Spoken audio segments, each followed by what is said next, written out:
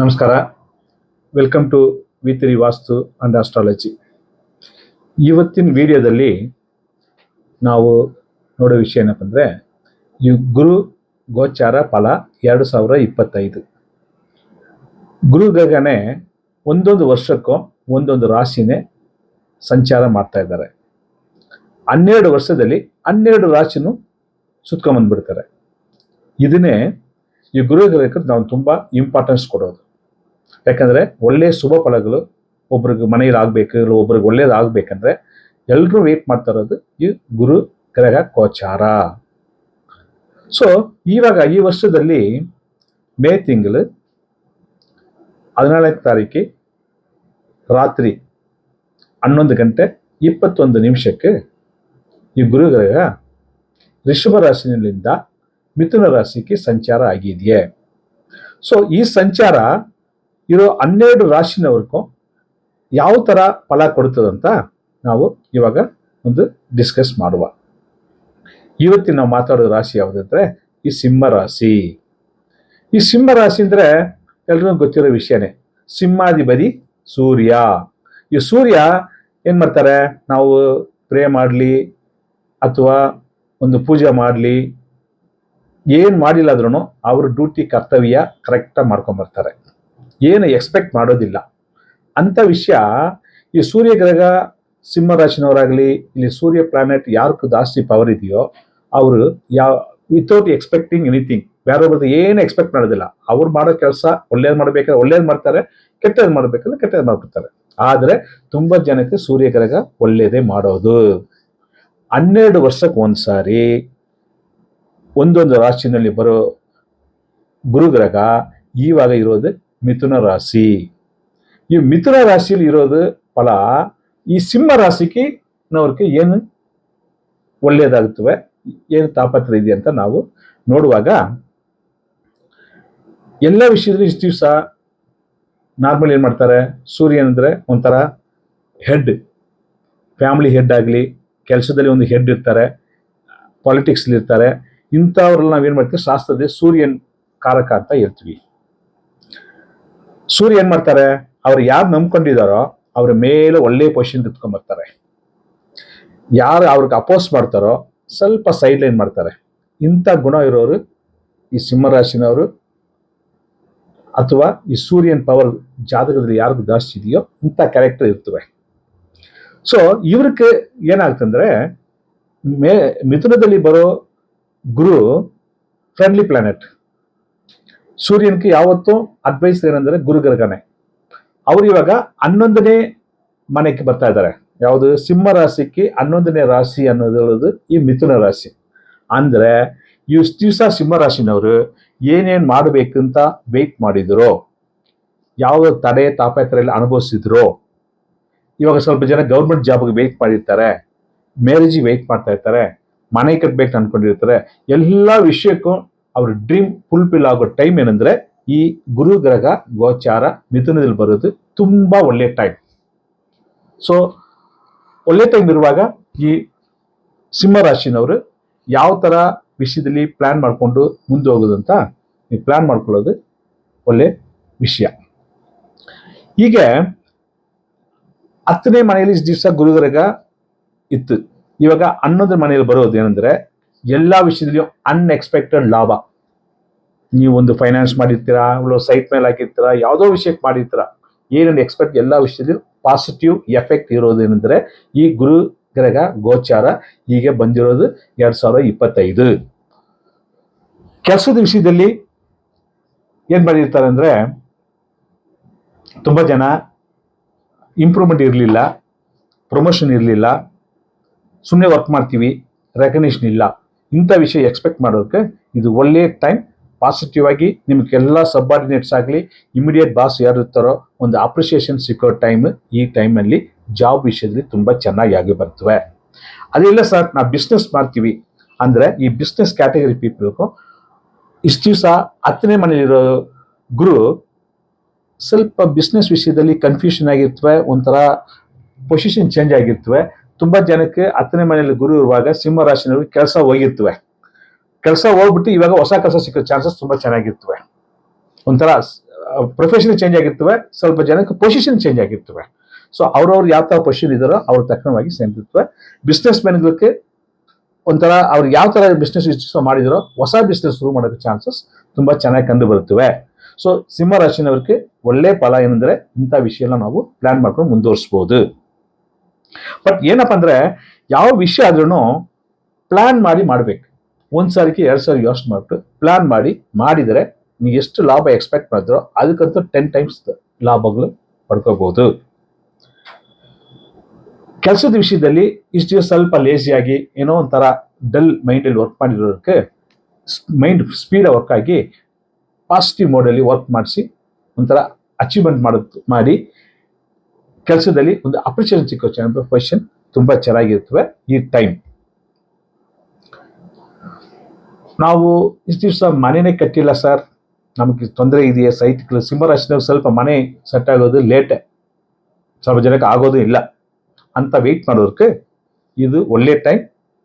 ಮನೆ ವಿಷಯ ಆಗಲಿ ಲ್ಯಾಂಡ್ ತಗೊಳ್ಳೋದಕ್ಕೆ ತುಂಬ ಉತ್ತಮ. ತುಂಬ ಜನ ಸೈಟ್ ತಗೊಳ್ತೀರಾ, ಯಾಕಂದ್ರೆ ಮಿಥುನ ರಾಶಿಲಿ 11ನೇ ಮನೆ ಬರೋದು. ಈ ಸೈಟ್ ತಗೊಳ್ಳೋದಕ್ಕೆ ಒಳ್ಳೆ ಟೈಮ್, ಒಳ್ಳೆ ಲಾಭ ಸಿಗ್ತವೆ. ಸೈಟ್ ತಗೊಂಡು ನೀವು ಸೇಲ್ ಮಾಡಿದ್ರೂ ಒಳ್ಳೆ ಲಾಭ ಬರುತ್ತೆ. ಹೊಸ ಮನೆ ಕಟ್ಬೋದು, ಇಲ್ಲ ಹಳೆ ಮನೆ ಬೇಕಾದ್ರೆ ರೆನೋವೇಟ್ ಮಾಡೋದ್ರಲ್ಲಿ ತುಂಬಾ ಲಾಭ ತುಂಬಾ ಚೆನ್ನಾಗಿರ್ತವೆ. ಸೊ ಇದೆಲ್ಲ positive point. First positive point 1 by ಹೇಳ್ತಾ ಇದ್ದೀನಿ. ಸ್ವಲ್ಪ ಅಲರ್ಟ್ ಪಾಯಿಂಟ್ಗಳು ಸ್ವಲ್ಪ ಇದೆ ಸಿಂಹರಾಶಿನಿಗೆ, ಅಷ್ಟೊಂದು ತೊಂದರೆ ಏನೂ ಇಲ್ಲ. ಅದು ನೆಕ್ಸ್ಟ್ ಪಾಯಿಂಟ್ 1 ಬೈ ಹೇಳ್ತಾ ಇದ್ದೀನಿ. ಅದೇ ತರ ಇಷ್ಟು ದಿವಸ ಏನಪ್ಪಾ ನಾವು ಕೆಲಸದಲ್ಲಿ ಒಂಥರ ಡಿಸ್ಟರ್ಬೆನ್ಸ್, ಯಾವಾಗ ಒಳ್ಳೆ ಟೈಮ್ ಬರ್ತದೆ ತುಂಬಾ ಕಾಯ್ತಾ ಇರ್ತೀರಾ. ಆದ್ರೂ ಈಗ ಅಷ್ಟಮ ಶನಿ ಬರುತ್ತೆ, ದೊಡ್ಡ ಅಲರ್ಟ್ ಕೊಡ್ತಾ ಇದ್ದೀನಿ. 8ನೇ ಮನೆಯಲ್ಲಿ ಶನಿ ಮಹಾತ್ಮ ಇದ್ದಾರೆ. ಆ ಶನಿ ಮಹಾತ್ಮ ಟ್ರಾನ್ಸಿಟ್ ಆಲ್ರೆಡಿ ವಿಡಿಯೋಲಿ ಹೇಳಿದ್ದೀನಿ ನೋಡಿ ಸರ್. ಶನಿ ಮಹಾತ್ಮ ಸಂಚಾರ ವಿಷಯ ನಾವು ಮಾತಾಡಿದೀವಿ, ಅಲ್ಲಿ ಸಿಂಹರಾಶಿಗೆ ಹೋಗಿ ನೋಡಿರಿ. ಅದೆಲ್ಲ ಈ ದಿವಸ ಅನುಭವಿಸುತ್ತೀರಾ. ಶನಿ ಮಹಾತ್ಮ ಅಲ್ಲಾಡ್ಸಿರ್ತಾರೆ. ಈಗ ಮಿಥುನ ರಾಶಿಗೆ ಶನಿಗೆ 4ನೇ ಮನೆಯಲ್ಲಿ ಬರ್ತಾ ಇದ್ದಾರೆ. ಸೊ ಅವಾಗ ಏನಾಗ್ತಾರೆ, ಬಿಸ್ನೆಸ್ ವಿಷಯದಲ್ಲಿ ನಿಮಗೊಂದು ಒಳ್ಳೆ ದಾರಿ ಸಿಗ್ತವೆ. ಇನ್ನು ಒನ್ ಇಯರ್ ಶನಿ ಮಹಾತ್ಮ 2.5 ವರ್ಷ ಇರ್ತಾರೆ. 1 ಇಯರ್ಗೆ ಏನು ತೊಂದರೆ ಇಲ್ಲ, ನೀವು ಪಾಸಿಟಿವ್ ಮುಂದುವರಿಸಬಹುದು. ಈ ಗುರು ಪ್ಲಾನೆಟ್ ನಿಮ್ನೆ ಟೇಕ್ ಕೇರ್ ಮಾಡ್ತದೆ. ಆದರೆ ಯಾವ ವಿಷಯ ಮಾಡಿದ್ರು ಹೊಸ ಏನಾದ್ರು ಇನ್ವೆಸ್ಟ್ ಮಾಡಬೇಕಾದ್ರೆ ಯೋಚನೆ ಮಾಡಿ ಥಿಂಕ್ ಮಾಡಿ ಮಾಡಬೇಕು. ಏನೋ ಸ್ವಲ್ಪ ಒಂಥರ ಕನ್ಫ್ಯೂಷನ್ ಬರುತ್ತೆ ಅಥವಾ ಮಿಸ್ಮ್ಯಾನೇಜ್ಮೆಂಟ್ ಆಗೋ ಚಾನ್ಸಸ್ ಜಾಸ್ತಿ ಇರ್ತವೆ. ಇದು ಒಂದು ಪಾಯಿಂಟ್ ನೋಟ್ ಮಾಡೋ ವಿಷಯ, ತುಂಬಾ ಅಲರ್ಟ್ ಆಗಿರೋ ವಿಷಯ. ಆಮೇಲೆ ತುಂಬಾ ಜನ ಸಿಂಹರಾಶಿನವರು ಲವ್ ವಿಷಯದಲ್ಲಿ ಇರ್ತಾರೆ. ಯಾರು ಲವ್ ಅಲ್ಲಿ ಇದ್ದಾರೋ ಆ ಲವ್ ಸಕ್ಸಸ್ ಆಗಿ ಮ್ಯಾರೇಜ್ ಮಾಡ್ಕೊಳ್ತಾರೆ. ಇಲ್ಲ ಸರ್ ನಾನು ಲವ್ ಇಲ್ಲ ಮ್ಯಾರೇಜ್ ವೇಟ್ ಮಾಡ್ತೀನಿ ಅಂದ್ರೆ ಮ್ಯಾರೇಜ್ ಆಗೋದು ಚಾನ್ಸಸ್ ತುಂಬಾ ಚೆನ್ನಾಗಿರುತ್ತೆ. ಮ್ಯಾರೇಜ್ ಆದ್ಮೇಲೆ ಲವ್ ಮಾಡ್ತೀರಿ. ಇದು 2 ವಿಷಯ. ಯಾಕಂದ್ರೆ ಗುರು ದೃಷ್ಟಿ ಸಿಂಹ ರಾಶಿಗೆ 5ನೇ ರಾಶಿನಲ್ಲಿ ಬೀಳ್ತಾ ಇದೆಯೇ, ಅದಕ್ಕೆ ಈ ಪಾಯಿಂಟ್ ನಾವು ಹೇಳ್ತಿರೋದು ವಿಷಯ. ಫ್ಯಾಮಿಲಿಯಲ್ಲಿ ಒಂಥರ ಒಳ್ಳೆ ಪೊಸಿಷನ್ ಇರ್ತವೆ. ಇಷ್ಟು ದಿವಸ ಹಾಗೆ ಸ್ವಲ್ಪ ಕನ್ಫ್ಯೂಷನ್ ಮಿಸ್ಅಂಡರ್ಸ್ಟ್ಯಾಂಡಿಂಗ್ ತುಂಬಾ ವಿಷಯ ಇದ್ದಿರ್ತವೆ. ಹೀಗೆ ಪಾಸಿಟಿವ್ ಆಗಿ ಎಂಟೈರ್ ಫ್ಯಾಮಿಲಿ ಮೆಂಬರ್ಸ್ ಒಂದು ಸಪೋರ್ಟಿವ್ ಆಗಿ ನಿಮ್ಗೆ ಇರ್ತಾರೆ. ಬಟ್ ಏನಪ್ಪಾ ಅಂದ್ರೆ ಇಷ್ಟು ದಿವಸ ಏನೋ ಒಂದು ವೈಫ್ಗೆ ಯಾವುದೋ ಒಂಥರ ಹೆಲ್ತ್ ಇಶ್ಯೂ ಇದ್ದಿರ್ತವೆ ಮನೆಯಲ್ಲಿ. ಸೊ ಆ ಹೆಲ್ತ್ ಇಶ್ಯೂ ವಿಷಯ ಈಗ ಸಾರ್ಟ್ ಔಟ್ ಆಗಿ ಅವ್ರಿಗೊಂದು ಕಾನ್ಫಿಡೆಂಟ್ ಬರುತ್ತೆ. ಹೆಲ್ತ್ ರೋಗದಿಂದ ಆಚೆ ಬಂದಿದ್ದೀನಿಯಪ್ಪ ಅಂತ ಬರುತ್ತವೆ. ಮೆಡಿಕಲ್ ಎಕ್ಸ್ಪೆನ್ಸಸ್ ಕಡಿಮೆ ಆಗ್ತವೆ. ತುಂಬಾ ಜನ ಏನ್ ಮಾಡಿರ್ತೀರಿ, ಮದುವೆ ಆಗಿದೆಯಾ ಸರ್, ಮಕ್ಕಳಾಗಿಲ್ಲ, ಇಂಥ ತುಂಬಾ ತಾಪತ್ರ ತುಂಬಾ ರಾಶಿನಲ್ಲಿ ಇರ್ತವೆ. ಅವ್ರಿಗೆ ಈ ಟೈಮಲ್ಲಿ ಮಗು ಆಗೋ ಚಾನ್ಸಸ್ ತುಂಬಾ ಚೆನ್ನಾಗಿರ್ತವೆ. ಯಾರು ಟ್ರೀಟ್ಮೆಂಟ್ ಮಾಡ್ತಾ ಇದ್ದಾರೆ ಟ್ರೀಟ್ಮೆಂಟ್ ಕಂಟಿನ್ಯೂ ಮಾಡಿ ಪಾಸಿಟಿವ್ ಆಗಿ ಮಗು ಆಗೋ ಚಾನ್ಸಸ್ ತುಂಬಾ ಚೆನ್ನಾಗಿರ್ತವೆ. ಯಾಕಂದ್ರೆ ಗುರು ದೃಷ್ಟಿ 5ನೇ ಮನೆ ರಾಶಿಗೆ ಬೀಳೋದು ಇದು ಪಾಸಿಟಿವ್ ಕನ್ಫರ್ಮೇಶನ್ ಆಗೋ ಪಾಯಿಂಟ್. ಮಗು ಆಗೋದು ತುಂಬಾ ಚಾನ್ಸಸ್ ತುಂಬಾ ಚೆನ್ನಾಗಿರ್ತವೆ. ಸ್ವಲ್ಪ ಜನ ಹುಡುಗರು ಇರ್ತಾರೆ, ಮಕ್ಕಳು ಇರ್ತಾರೆ, ಸರ್ ನಾವು ಫಾರಿನ್ ಓದ್ಬೇಕು ಕಾಯ್ತಾ ಇದ್ದಾರೆ ಅಂದ್ರೆ ಸಿಂಹರಾಶಿನವ್ರ ಮಕ್ಕಳು ಫಾರಿನ್ ಹೋಗೋ ಚೆನ್ನಾಗಿ ಚಾನ್ಸಸ್ ಇರ್ತವೆ. ಅದೇ ತರ ಸ್ವಲ್ಪ ಸಿಂಹರಾಶಿನವರು ಸ್ಟೂಡೆಂಟ್ ಇದ್ರೂ ಫಾರಿನ್ ಹೋಗಿ ಓದೋಕ್ಕೆ ಚಾನ್ಸಸ್ ತುಂಬಾ ಚೆನ್ನಾಗಿ ಕಂಡು ಬರುತ್ತವೆ. ನಮ್ಮ ಪೂರ್ವಿಕದಲ್ಲಿ ಏನೋ ತೊಂದರೆ ಇರ್ತವೆ, ರಿಲೇಟಿವ್ ಎಲ್ಲ ಸ್ವಲ್ಪ ಮಿಸ್ಅಂಡರ್ಸ್ಟ್ಯಾಂಡ್ ದೂರ ಇದಾನೆ ಅನ್ಕೊಂಡ್ರೆ ಆ ಪ್ರಾಬ್ಲಮ್ ಸಾಲ್ವ್ ಆಗ್ಬಿಟ್ಟು ಈ ರಿಲೇಟಿವ್ಗಳು ನಿಮ್ ಪರವಾಗಿ ಒಂಥರ ಮರ್ಯಾದೆ ಕೊಟ್ಬಿಟ್ಟು ಒಂದು ಗೌರವವಾಗಿ ನಿಮ್ ಜೊತೆಲಿ ಇವಾಗ ರಿಲೇಶನ್ಶಿಪ್ಸ್ ಕಂಟಿನ್ಯೂ ಮಾಡ್ತಾರೆ. ಹಳೇದು ವಿಷಯ ಎಲ್ಲ ಮರ್ತು ಬಿಡ್ಬೇಕು, ಅದೊಂದು ಇಟ್ಕೋಬೇಕು. ಯಾಕಂದ್ರೆ ಸ್ವಲ್ಪ ಸಿಂಹರಾಶಿನ ಸ್ವಲ್ಪ ಈಗೋ ಇರ್ತವೆ. ಆ ಈಗೋಲ್ಲ ಮರ್ತು ಬಿಟ್ಟೆ ನಿಮ್ ಮುಂದೆ ಹೊಡೆದ್ರೆ ಈ ರಿಲೇಟಿವ್ಸ್ ಪೀಪಲ್ ತುಂಬಾ ಚೆನ್ನಾಗಿ ಸಪೋರ್ಟಿವ್ ಆಗಿ ನಿಮ್ಗೆ ಇರ್ತಾರೆ. 5ನೇ ಮನೆ ಅಥವಾ 9ನೇ ರಾಶಿ ಅಧಿಪತಿ 5ನೇ ಮನೆಗೆ ಬರೋದು ಏನಪ್ಪ ಅಂದ್ರೆ ಸ್ಪಿರಿಚುವಲ್ ಟೂರ್ ಮಾಡ್ತೀರಾ, ಯಾವುದೋ ಒಂದು ದೇವಸ್ಥಾನಕ್ಕೆ ಹೋಗೋ ವಿಷಯ, ಅಂತ ವಿಷಯ ತುಂಬ ಚೆನ್ನಾಗಿ ಮಾಡ್ಕೋಬಹುದು. ಗೌರ್ಮೆಂಟಲ್ಲಿ ಏನೋ ಒಂದು ಅಪ್ಲಿಕೇಶನ್ ಹಾಕಿರ್ತೀರಾ, ಇಲ್ಲ ಸ್ವಲ್ಪ ಗೌರ್ಮೆಂಟ್ ಜಾಬ್ ಟ್ರೈ ಮಾಡ್ತಿರ್ತೀರಾ, ಇಂಥ ಸಿಂಹ ರಾಶಿನವ್ರಿಗೆ ಗೌರ್ಮೆಂಟ್ ರಿಲೇಟೆಡ್ ವಿಷಯದಲ್ಲಿ ಪಾಸಿಟಿವ್ ಆಗ್ತದೆ, ಪ್ಲಾನ್ ಮಾಡಿಕೊಂಡು ಮುಂದುವರಿಸ್ಬೋದು.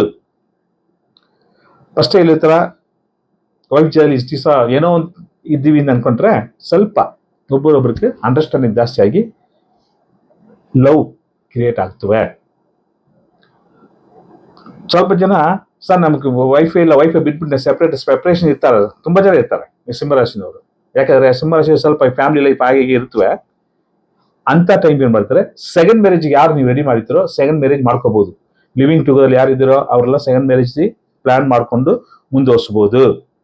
ಆದ್ರೆ ಕೆಲಸದ ವಿಷಯದ ಯಾರು ಹೋಗ್ತಾರೆ ನೋಡಿ, ಕೆಲಸದಲ್ಲಿ ಸ್ವಲ್ಪ ಕೇರ್ಫುಲ್ ಆಗಿರ್ಬೇಕು. ಇವಾಗ ಸ್ವಲ್ಪ ನೆಗೆಟಿವ್ ಪಾಯಿಂಟ್ 1 ಬೈ ಹೇಳ್ತಾ ಇದೀನಿ. ಈ ಗುರುಗ್ರಹ 5ನೇ ರಾಶಿ ನೋಡುವಾಗ ಏನಾಗ್ತದ್ರೆ, ಆ 5ನೇ ರಾಶಿ ಸ್ವಲ್ಪ ಸ್ಟ್ರಾಂಗ್ ಆಗ್ತವೆ. ಅದೇ ತರ 11ನೇ ರಾಶಿಯಲ್ಲಿ ಇರೋದು ಗ್ರೂಪ್ ಇರುತ್ತದೆ, ಎಲ್ಲ ವೆಲ್ತ್ ಎಲ್ಲ ಕೊಡ್ತವೆ. ಆ ವೆಲ್ತ್ ಕೊಡೋ ಜನಲ್ಲಿ ಹೆಲ್ತ್ ಇಶ್ಯೂ ಕೊಡ್ತಾರೆ. ಆ ಹೆಲ್ತ್ ಇಶ್ಯೂ ಯಾಕೆ ಬರುತ್ತೆ, ಸ್ವಲ್ಪ ಓಡಾಟ ಕಡಿಮೆ ಆಗಿರ್ತವೆ, ಸಾಕಪ್ಪ ಮಾಡೋಣ ಅಂತ ಒಂದು ಮೈಂಡ್ ಸೆಟ್ ಬರುತ್ತೆ. ಸೊ ಅವಾಗ ಏನಾಗ್ತಾರೆ, ಆಕ್ಟಿವ್ನೆಸ್ ಇರೋದಿಲ್ಲ.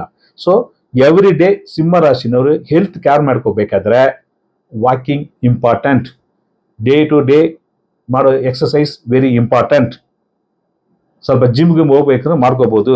ಅಟ್ಲೀಸ್ಟ್ ನೀವು ವೆಯ್ಟ್ ಪ್ಲಸ್ ಆಗೋದು ಬೇಡ, ಮೇಂಟೈನ್ ಮಾಡೋದ್ರ ಮೇಂಟೈನ್ ಮಾಡ್ಕೊಳ್ಳಿ. ಹೆಲ್ತ್ ವಿಷಯ ಕೇರ್ ತಗೊಳ್ಳೋದು ವಿಷಯ ಒಂದು ಅಲರ್ಟ್ ಪಾಯಿಂಟ್ ಯೋಚನೆ ಮಾಡ್ಬೇಕು ಸರ್. ಆಮೇಲೆ ದುಡ್ಡು ಇನ್ವೆಸ್ಟ್ ಮಾಡೋ ಥರ ಪ್ಲಾನ್ ಮಾಡಿರ್ತೀರಾ, ಯಾವುದೋ ಒಂದು ಕಂಪನಿ ಇನ್ವೆಸ್ಟ್ ಮಾಡ್ಬಿಟ್ಟು ಸ್ವಲ್ಪ ಬಡ್ಡಿ ತೊಗೊಂಡು ಆ ಥರ ತೊಗೊಂಡು ಇರ್ತೀರಾ, ಅಂಥವ್ರಿಗೆ ಇನ್ವೆಸ್ಟ್ಮೆಂಟ್ ವಿಷಯದಲ್ಲಿ ಕೇರ್ಫುಲ್. ಒಂದು ಸಾರಿಗೆ 4 ಸಾರಿ ಯೋಚನೆ ಮಾಡಿಬಿಟ್ಟು ಮಾಡಬೇಕಾದ ವಿಷಯ. ಆಮೇಲೆ ಯಾರಾದ್ರು ಇದಿರ್ತಾರೆ ನೋಡಿ ಸರ್, ಅನ್ನೆಸರಿ ಆರ್ಗ್ಯುಮೆಂಟ್ ಡಿಬೇಟ್ ಮಾಡೋ ವಿಷಯ ಅವಾಯ್ಡ್ ಮಾಡಿ. 8ನೇ ಅಷ್ಟಮಾಧಿಪತಿ ಗುರು ಏನಪ್ಪ ಅಂದ್ರೆ ಮಿಥುನದಲ್ಲಿ ಇರೋದು, ಸ್ವಲ್ಪ ಈ ಮೀಡಿಯಾ ವಿಷಯದಲ್ಲಿ ಜಾಸ್ತಿ ಮೊಬೈಲ್ ನೋಡ್ತೀರಿ, ಕಂಪ್ಯೂಟರ್ ಜಾಸ್ತಿ ನೋಡ್ತೀರಿ, ಟಿವಿ ಜಾಸ್ತಿ ನೋಡ್ತೀರಿ. ಇಂಥ ವಿಷಯ ಎಲ್ಲ ಸ್ವಲ್ಪ ಕಮ್ಮಿ ಮಾಡಬೇಕು, ಇಲ್ಲಾಂದ್ರೆ ತೊಂದರೆ, ಐ ಪ್ರಾಬ್ಲಮ್ ಬರುತ್ತದೆ, ಬೇರೆ ಹೆಲ್ತ್ ಇಶ್ಯೂನು ಕೊಡೋಕೆ ಚಾನ್ಸಸ್ ಇರ್ತವೆ. ಸೊ ಈ ಮೀಡಿಯಾ ವಿಷಯದಲ್ಲಿ ಸ್ವಲ್ಪ ಕಡಿಮೆ ಮಾಡಿಕೊಂಡು ಮೇಂಟೈನ್ ಮಾಡ್ಕೊಳ್ಳೋದು ಒಂದು ಹೇಳ್ಕೊಳ್ಳೋ ವಿಷಯ. ಆಮೇಲೆ ನೋಡಿದ್ರೆ ಗಾಡಿ ತಗೋಬೇಕಂತ ಇರ್ತೀರ, ತುಂಬಾ ಜನ ಹಳೆ ಗಾಡಿ ತಗೋಬಾರ್ದು, ಹಳೆ ಗಾಡಿ ತಗೊಂಡ್ರೆ ಡೆಫಿನೆಟ್ ಆಗಿ ಪ್ರಾಬ್ಲಮ್ ಫೇಸ್ ಮಾಡ್ತೀರಿ. ಅದಕ್ಕೆ ಗಾಡಿ ತಗೋಬೇಕ್ರೆ ಹೊಸ ಗಾಡಿ ಹೊಸ ಕಾರು ತಗೊಳ್ಳಿ, ಹಳೆ ಗಾಡಿ ಯಾವುದು ತಗೋಬಾರ್ದು.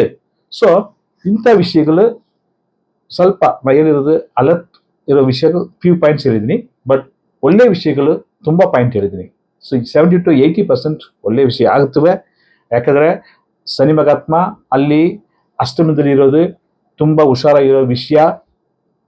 ಆಮೇಲೆ 7ನೇ ರಾಶಿಗೆ ರಾಹು ಟ್ರಾನ್ಸಿಟ್ 2-3 ದಿವಸದಲ್ಲಿ ಬರುತ್ತದೆ, ಅದು ಸ್ವಲ್ಪ ಅಲರ್ಟ್ ಕೊಡೋ ವಿಷಯ. ಹೆಲ್ತ್ ವಿಷಯದಲ್ಲಿ ಇದು ವಿಷಯ ಮೇಂಟೈನ್ ಮಾಡ್ಕೊಂಡು ಹೋಗ್ಬೇಕು. ಸೊ ವೈಫ್ ಜೊತೆಯಲ್ಲಿ ಸ್ವಲ್ಪ ಕೇರ್ಫುಲ್ ಆಗಿ ಮಾತಾಡ್ಕೊಂಡು ಅವ್ರಿಗೇನಾದ್ರು ಹೆಲ್ತ್ ಇಶ್ಯೂ ಬಂದ್ರೆ ಇಮಿಡಿಯೇಟ್ ಆಗಿ ಕೇರ್ ತಗೋಬೇಕು. ಇಂಥ ವಿಷಯಗಳು ನೀವು ಮೇಂಟೈನ್ ಮಾಡ್ಕೋಬೇಕು ಸರ್. ಅದರ್ವೈಸ್ ಸಿಂಹ ರಾಶಿನವ್ರಿಗೆ ಒಳ್ಳೆ ಫಲನೇ ಎಕ್ಸ್ಪೆಕ್ಟ್ ಮಾಡ್ಕೋಬಹುದು. ಮುಂದುವರಿಸಿ, ಈ ವರ್ಷ ತುಂಬಾ ಚೆನ್ನಾಗಿರ್ತವೆ.